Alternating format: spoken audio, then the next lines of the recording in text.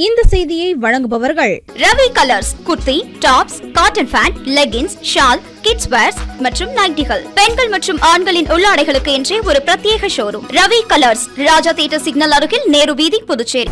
வணக்கம். முக்கிய செய்திகள். புதுச்சேரி சுகாதாரத்துறையில் 126 ஊழியர்கள் விரைவில் நியமனம். முதலமைச்சர் ரங்கசாமி அறிவிப்பு. செவாலியே சிவாஜி கணேசன் பிறந்த நாள். அரசு சார்பில் அவரது திருவுருவ சிலைக்கு மாலை அணிவித்து மரியாதை. காரைக்கால் கோவில் நில மோசடி விவகாரத்தில் சிபிஐ விசாரணைக்கு ஆளுநர் உத்தரவிட வேண்டும். அண்ணா திராவிட முன்னேற்றக் கழக மாநில செயலாளர் அன்பழகன் வலியுறுத்தல். அரசு பள்ளி மாணவர்களுக்கு ஏஐ தொழில்நுட்பம் குறித்த பயிற்சி. பெற்றோர்கள் வரவேற்பு. இனி விரிவான செய்திகள். புதுச்சேரி அரசு சுகாதாரத்துறையில் கருணை அடிப்படையில் விரைவில் 126 ஊழியர்கள் பணி நியமனம் செய்யப்பட உள்ளதாக முதலமைச்சர் ரங்கசாமி அறிவித்துள்ளார். புதுச்சேரி அரசின் சுகாதாரத்துறை, உள்ளாட்சித்துறை இணைந்து தூய்மை பணியாளர்களுக்கு சீருடை வழங்குதல் மற்றும் மருத்துவ முகாம் ஜவஹர் நகரில் உள்ள உழவர்கரை நகராட்சி அலுவலகத்தில் நடத்தியது. விழாவிற்கு முதலமைச்சர் ரங்கசாமி தலைமை வகித்து மருத்துவ முகாமை துவக்கி வைத்தும் தூய்மை பணியாளர்களுக்கு சீருடைகளை வழங்கியும் பேசினார். அப்போது அவர், சுகாதாரத்துறையும் உள்ளாட்சித்துறையும் இணைந்து செயல்பட்டால்தான் மாநிலத்தை தூய்மையாக வைத்திருக்க முடியும். மாநிலம் தூய்மையாக இருந்தால்தான் நோய் நொடியின்றி சுகாதாரமாக நாம் வாழ முடியும் என்று தெரிவித்தார். மேலும் அதற்கான பணிகளை இரு துறைகளும் தொடர்ந்து இணைந்து செயல்பட வேண்டும் என்று தெரிவித்த அவர், கொசுக்களால் பல்வேறு நோய்கள் பரவுகிறது. நன்னீரில் உள்ள கொசு பகல் நேரத்தில் கடிப்பதால் டெங்கு காய்ச்சல் ஏற்படுகிறது என்றும், சுற்றுப்புறங்களில் தேங்கி இருக்கும் நீர்தான் இதற்கு காரணம். மக்கள் இதை அகற்ற வேண்டும். உள்ளாட்சித்துறை மூலம் கொசு மருந்து தெளிக்கும் பணிகளும் மேற்கொள்ளப்பட்டு வருகிறது என்று தெரிவித்த அவர், குப்பைகளை அல்ல தனியார் நிறுவனத்திடம் பணிகளை வழங்கியுள்ளதாக தெரிவித்தார். மேலும் அவர்கள் ஆண்டு முழுவதும் இரவு பகல் பாராமல் குப்பைகளை அள்ளி வருகின்றனர். இதற்காக கோடிக்கணக்கில் அரசு பணம் செலவழிகிறது. தனியார் நிறுவனம் விதிமுறைப்படி குப்பைகளை அகற்றுகிறார்களா என உள்ளாட்சித்துறை அதிகாரிகள் கண்காணிக்க வேண்டும் என்று தெரிவித்தார். மேலும் அவர்கள் சரியாக செயல்படாவிட்டால் அபராதம் விதிக்க வேண்டும் என்றும், குறிப்பிட்ட காலக்கெடுவுக்குள் அவர்களுக்கான பில் தொகையை வழங்க வேண்டும். இல்லாவிட்டால் அவர்களால் தொழிலாளர்களுக்கு ஊதியம் வழங்க முடியாத நிலை ஏற்படும் என்றும் அவர் தெரிவித்துள்ளார். மேலும் காந்தி ஜெயந்தியை முன்னிட்டு 2 வார காலத்திற்கு தீவிர துப்புரவு பணி மேற்கொள்ளப்பட்டு வருவதாகவும், இருப்பினும் ஆண்டுதோறும் சுத்தமாக இருப்பதை உறுதி செய்ய வேண்டும் என்று தெரிவித்தார். புதுச்சேரியை பொறுத்தவரை சுற்றுலா மூலம்தான் அதிக வருவாய் கிடைக்கிறது என்று தெரிவித்த அவர், வார இறுதி நாட்களில் சுற்றுலா பயணிகள் குவிவதால் நெருக்கடி ஏற்படுவதை பார்க்கலாம். அப்படி வரும் சுற்றுலா பயணிகள் நாம் சுத்தமாக நகரை வைத்திருப்பதை பார்த்து வியக்க வேண்டும் எனவும் தெரிவித்தார். அரசு துறைகளில் சுகாதாரத்துறை, உள்ளாட்சித்துறையில் பணியாற்றும் ஊழியர்கள் பாதிப்புகளால் அதிக அளவில் பணியின் போது இறந்து விடுகின்றனர். இவர்களின் வாரிசுகளுக்கு கருணை அடிப்படையில் பணி வழங்க முடிவு செய்துள்ளோம் என்று தெரிவித்தார். மேலும் சுகாதாரத்துறையில் 126 வாரிசுகளுக்கு கருணை அடிப்படையில் பணி வழங்கப்பட உள்ளது. இதற்கான கோப்பு தயாராகி வருகிறது என்றும் தெரிவித்தார். உள்ளாட்சித்துறையிலும் பணியின் போது இறந்தவர்களின் வாரிசுகளுக்கு கருணை அடிப்படையில் பணி வழங்க உள்ளதாகவும் முதலமைச்சர் ரங்கசாமி தெரிவித்தார். விழாவில் சட்டமன்ற உறுப்பினர் சிவசங்கர், சுகாதாரத்துறை இயக்குநர் செவ்வேல், உள்ளாட்சித்துறை இயக்குநர் சக்திவேல், உழவர்கரை நகராட்சி ஆணையர் சுரேஷ் மற்றும் அதிகாரிகள் பலர் கலந்து கொண்டனர். புதுச்சேரி அரசு செய்தி மற்றும் விளம்பரத்துறை சார்பில் நடிகர் திலகம் செவாலியே சிவாஜி கணேசன் பிறந்தநாளையொட்டி முதலமைச்சர் ரங்கசாமி, அமைச்சர்கள் உள்ளிட்ட பலர் அவரது திருவுருவ சிலைக்கு மாலை அணிவித்து மரியாதை செலுத்தினர். நடிகர் திலகம் சிவாஜி கணேசனின் பிறந்த நாள் புதுச்சேரி அரசு சார்பில் கொண்டாடப்பட்டது. இதனையொட்டி கிழக்கு கடற்கரை சாலை, கருவடிக்குப்பம் சாலை சந்திப்பில் அமைந்துள்ள அவரது திருவுருவ சிலைக்கு முதலமைச்சர் ரங்கசாமி, சட்டப்பேரவைத் தலைவர் செல்வம், பொதுப்பணித்துறை அமைச்சர் லட்சுமி நாராயணன், ஆதி திராவிட நலத்துறை அமைச்சர் சாய்ஜே சரவணகுமார், சட்டப்பேரவை துணைத் தலைவர் ராஜவேலு, அரசு கொறடா ஆறுமுகம், முதலமைச்சரின் பாராளுமன்ற செயலர் ஜான்குமார், சட்டமன்ற உறுப்பினர்கள் ரமேஷ், லட்சுமிகாந்தன் ஆகியோர் மாலை அணிவித்து மரியாதை செலுத்தினர். தொடர்ந்து அலங்கரித்து வைக்கப்பட்டிருந்த அவரது திருவுருவப் படத்திற்கு மலர் தூவி மரியாதை செலுத்தினர். காரைக்கால் கோவில் நில மோசடி விவகாரத்தில் சிபிஐ விசாரணைக்கு துணைநிலை ஆளுநர் உத்தரவிட வேண்டும் என அண்ணா திராவிட முன்னேற்றக் கழக மாநில செயலாளர் அன்பழகன் வலியுறுத்தியுள்ளார். புதுச்சேரி அண்ணா திராவிட முன்னேற்றக் கழக தலைமை அலுவலகத்தில் செய்தியாளர்களை சந்தித்த மாநில செயலாளர் அன்பழகன், ஆட்சியாளர்கள், அரசியல் பின்புலம் உள்ளவர்கள், அதிகாரிகள், ரியல் எஸ்டேட் அதிபர்களின் கூட்டு சதியால் காரைக்கால் பார்வதீஸ்வரர் கோவில் நிலம் ஆக்கிரமிப்பு செய்யப்பட்டுள்ளது என்றும், இது தொடர்பாக சிபிஐ விசாரணைக்கு துணைநிலை ஆளுநர் உத்தரவிட வேண்டும் என்றும் தெரிவித்துள்ளார். மேலும் வக்ஃப் போர்டு சம்பந்தமாக நாடாளுமன்றத்தில் மத்திய அரசு சில திருத்தங்களை கொண்டு வந்ததற்கு அதிமுக எதிர்ப்பு தெரிவித்தது. ஆனால் புதுச்சேரி அரசு எந்த கருத்தும் தெரிவிக்காதது முஸ்லிம் சமுதாய மக்களுக்கு செய்யும் துரோகம் என குற்றம் சாட்டிய அன்பழகன், இந்தியாவிலேயே வக்ஃப் போர்டு அமைக்காத மாநிலம் புதுச்சேரி என்றும், முஸ்லிம் சமுதாய மக்களை காப்பாற்றவும் அவர்களை மீட்டெடுக்கவும் உடனடியாக வக்ஃப் வாரியத்திற்கு தலைவரை நியமிக்க வேண்டும் என்றும் அவர் தெரிவித்துள்ளார். இதில் முக்கியமான பிரமுகர்கள் கைது செய்யப்படவில்லை. அதே போன்று அவங்க தப்பிவிட்டதாக போலீஸ் வெளியில் சொல்கிறாங்க.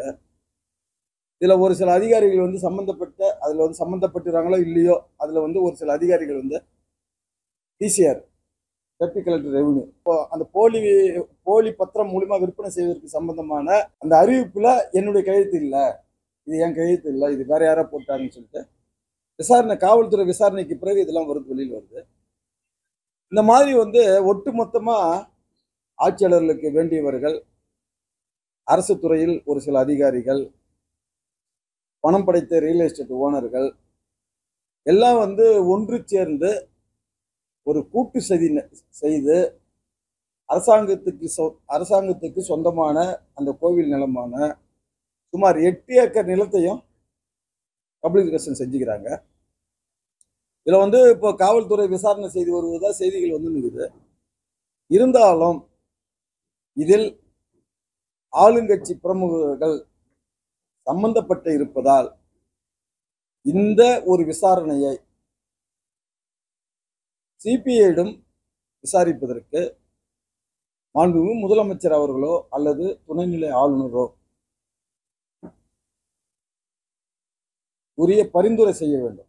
புதுச்சேரி அரசு பள்ளியில் AI தொழில்நுட்பம் குறித்த பயிற்சியின் போது வனவிலங்குகளை தொட்டு பார்த்து மாணவர்கள் மகிழ்ச்சி அடைந்தனர். புதுச்சேரியில் அரசு பள்ளிகளில் பயிலும் மாணவர்களின் புத்தக சுமையை போக்கும் வகையிலும் மன அழுத்தம் ஏற்படாத வகையில் மாதத்தின் கடைசி நாளில் புத்தகப்பை இல்லாத தினம் கொண்டாடப்படுகிறது. இந்த நாளில் மாணவர்கள் புத்தகப்பை இல்லாமல் பள்ளிக்கு வருகை தந்து கைவினைப் பொருட்கள் செய்தல், ஓவியம், பாட்டு உள்ளிட்ட பல்வேறு கலைகளை கற்கின்றனர். புதுச்சேரி நகரப்பகுதியில் உள்ள எக்கோல் ஆங்கிலேஸ் அரசு தொடக்கப் பள்ளியில் 2ஆம் வகுப்பு மாணவர்களுக்கு அரசு பள்ளிகளில் முதன்முறையாக AI தொழில்நுட்பம் மூலம் பயிற்சி அளிக்கப்பட்டது.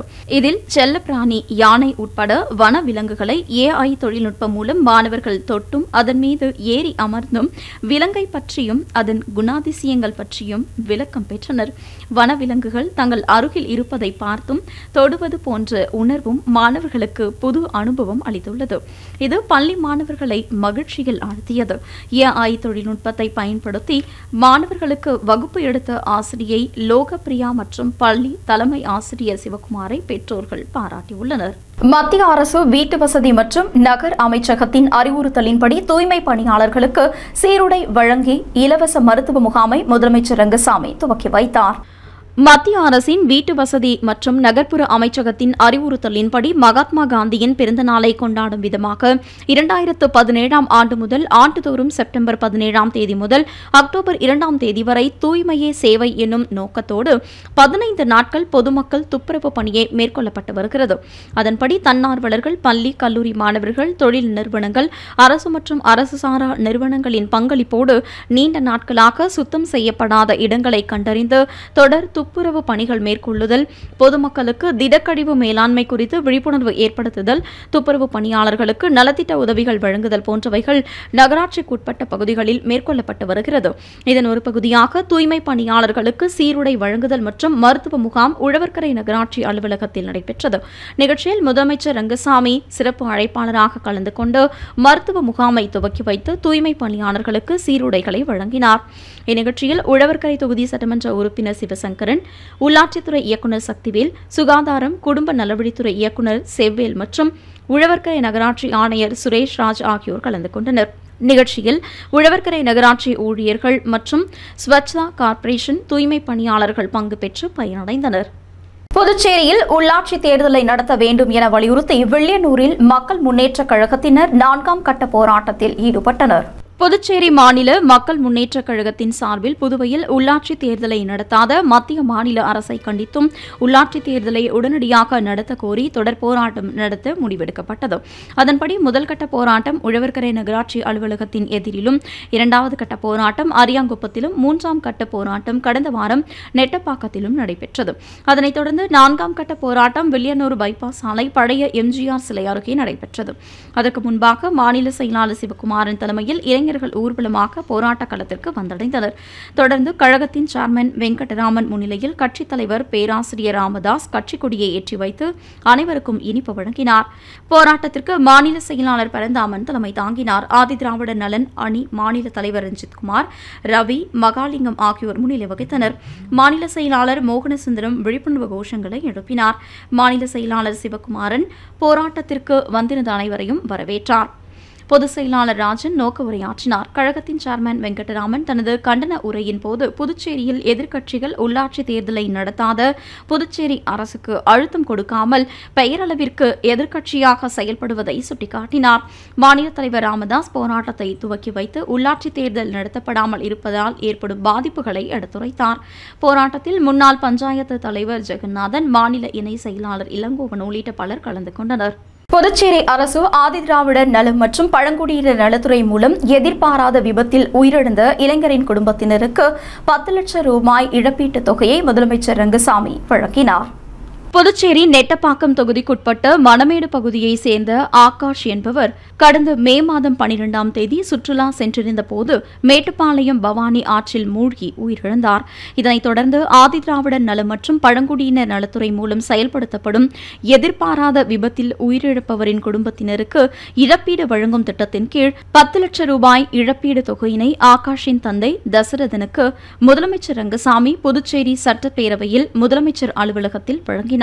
இந்நிகழ்ச்சியின் போது ஆதிதிராவிடர் நலன் மற்றும் பழங்குடியினர் நலத்துறை அமைச்சர் சாய்ஜி சரவணகுமார், சட்டப்பேரவை துணைத் தலைவர் ராஜவேலு, துறை இயக்குநர் இளங்கோவன் மற்றும் துறை அதிகாரிகள் உடனிருந்தனர். புதுச்சேரி உப்பளம் பகுதியில் உலக காது கேளாதோர் கூட்டமைப்பு சார்பில் நடைபெற்ற 73ஆம் ஆண்டு சர்வதேச சைகை மொழிகளின் தின கூட்டத்தில் ஏராளமானோர் கலந்து கொண்டனர். 73வது சர்வதேச சைகை மொழிகளின் தினத்தையொட்டி உலக காது கேளாதோர் கூட்டமைப்பு சார்பில் காது கேளாதோரின் சர்வதேச வாரம் கொண்டாடப்பட்டது. சைகை மொழிகளில் நீல ஒளியை பிரகாசிக்கவும் என்ற தலைப்பில் உப்பளம் வாலண்டியர் சமுதாய நலக்கூடத்தில் நடைபெற்ற கூட்டத்தில் ஏராளமானோர் கலந்து கொண்டனர். நிகழ்ச்சிக்கு பாண்டிச்சேரி காது கேளாதோர் சங்கத்தின் தலைவர் விஜயன் தலைமை தாங்கினார். துணைத் தலைவர் சந்திரசேகரன், பொதுச் செயலாளர் பொற்செல்வம் சிங்கா ஆகியோர் கலந்து கொண்டு சைகை மொழிகள் குறித்து விளக்கம் அளித்தனர். சைகை மொழிகள் இயற்கையான மொழிகள். அவை அன்றாட வாழ்வில் தொடர்பு கொள்ள வெவ்வேறு வழிகள் பயன்படுத்தப்படுகின்றன. அதிலும் குறிப்பாக செவித்திறன் குறைபாடு உள்ளவர்களுக்கான ஒரே தகவல் தொடர்பு சாதனம் இதுவாகும். எனவே காது கேளாதோர் மற்றும் வாய்ப்பேச முடியாதவர்களிடையே பேச்சுக்கு மாற்றாக சைகை மொழி அங்கீகாரம் நீண்ட காலமாக ஈர்த்துள்ளது. காது கேளாத நபருக்கும் சாதாரண நபருக்கும் இடையேயான தொடர்பை எளிதாக்கும் வகையில் சைகை மொழியில் பல ஆராய்ச்சிகளை ஆராய்ச்சியாளர்கள் மேற்கொண்டு வருகின்றனர். சைகை மொழியில் கை அசைவுகள் மற்றும் விரல் சைகைகளின் அடையாளங்கள் உருவாக்கப்படுகின்றன. பேச்சு மொழிக்கு ஏற்ப வாய் அசைவுகள் கை அசைவுகளின் ஒரு அடையாளத்திலிருந்து மற்றொன்றிற்கு இடம் சார்ந்த இயக்க முறை, தொடும் முறை, பாகங்கள் மூலம் வேறுபடுத்தப்படுகிறது. கை அசைவுக்கு கூடுதலாக கை அசைவுகளின் மெதுவான பகுதிகளின் போது விரல் உள்ளமைவு சைகைக்கு குறிப்பிடத்தக்க அர்த்தத்தை வழங்குகிறது. ஒரு சைகை மொழியை அங்கீகரிப்பதும் பொறியியல் கண்ணோட்டத்தில் மட்டுமல்லாமல் மனித சமுதாயத்தில் அதன் தாக்கத்திற்கும் மிகவும் முக்கியமானதாக பார்க்கப்படுகிறது. காது கேளாதவர்களை மிகவும் சுதந்திரமாக மாற்றும் பேச்சு அல்லது உரையை உருவாக்க இந்த சைகை மொழி பயன்படுத்தப்படுகிறது. சைகை மொழி குறித்த இந்த கூட்டத்திற்கு ஏராளமான தன்னார்வலர்கள் மற்றும் சைகை மொழி பேசுபவர்கள் கலந்து கொண்டனர். நிறைவாக விழிப்புணர்வு பேரணி நடைபெற்றது. இனி வருவது புதுவையில் இன்றைய தங்கம் மற்றும் வெள்ளி விலை நிலவரம். இன்றைய தங்கம் வெள்ளி விலை விவரம். புதுவையில் இன்றைய தங்கம் வெள்ளி விலை விவரம் வழங்குபவர்கள் முத்து கோல்ட் ஹவுஸ், பாண்டிச்சேரி. தங்கம் 1 கிராம் 7050 ரூபாய். இன்றைய தங்கம் வெள்ளி விலை விவரம். வெள்ளி 10 கிராம் 980 ரூபாய். இத்துடன் ஏஎம்என் செய்திகள் நிறைவடைந்தன. வணக்கம். புதுச்சேரி உங்கள் AMN டிவி செய்திகளை யூடியூபில் உடனுக்குடன் காண AMN டிவி பாண்டிச்சேரி சேனலை சப்ஸ்கிரைப் செய்யுங்கள். பெல் பட்டனை மறக்காமல் கிளிக் செய்யுங்கள்.